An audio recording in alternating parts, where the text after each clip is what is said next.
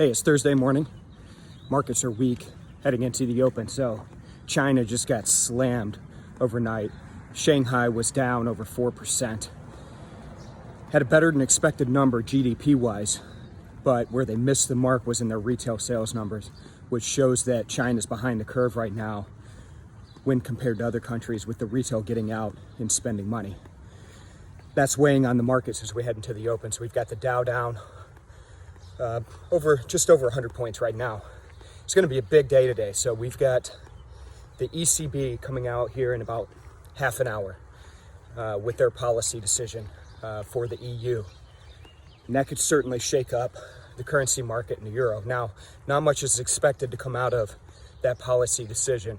Looks like the EU is going to stay firm on where they're currently at.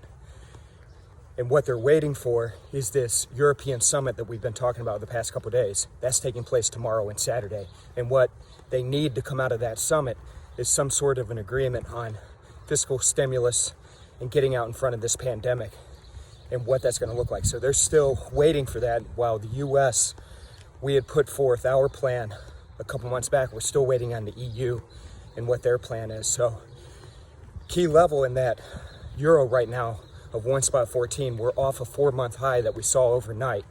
Seeing some weakness heading into the open today, but again, key level to keep your eye on, and certainly want to pay attention to that EU summit that's coming out over the course of the weekend. All right. Weakness in some of the other currencies right now, weakness in the pound, weakness in the Aussie. Again, a lot of this impacted by what happened in China overnight. So a lot going on today. We've got oil down. We talked about those OPEC, or that OPEC meeting. Sure enough, yesterday, OPEC comes out, says they're going to start tapering back some of the cuts they had put in place a couple months ago, seeing some pressure on oil, trading around $40 a barrel, so off a 4-month high in oil. Movement there. A lot of movement, multiple markets. Going to be an exciting day. Let's get out there and get after it. I'll check in with you folks again tomorrow. Check in with us on Facebook and Twitter. We'll keep you updated throughout the day. All right, take care, folks. Bye-bye.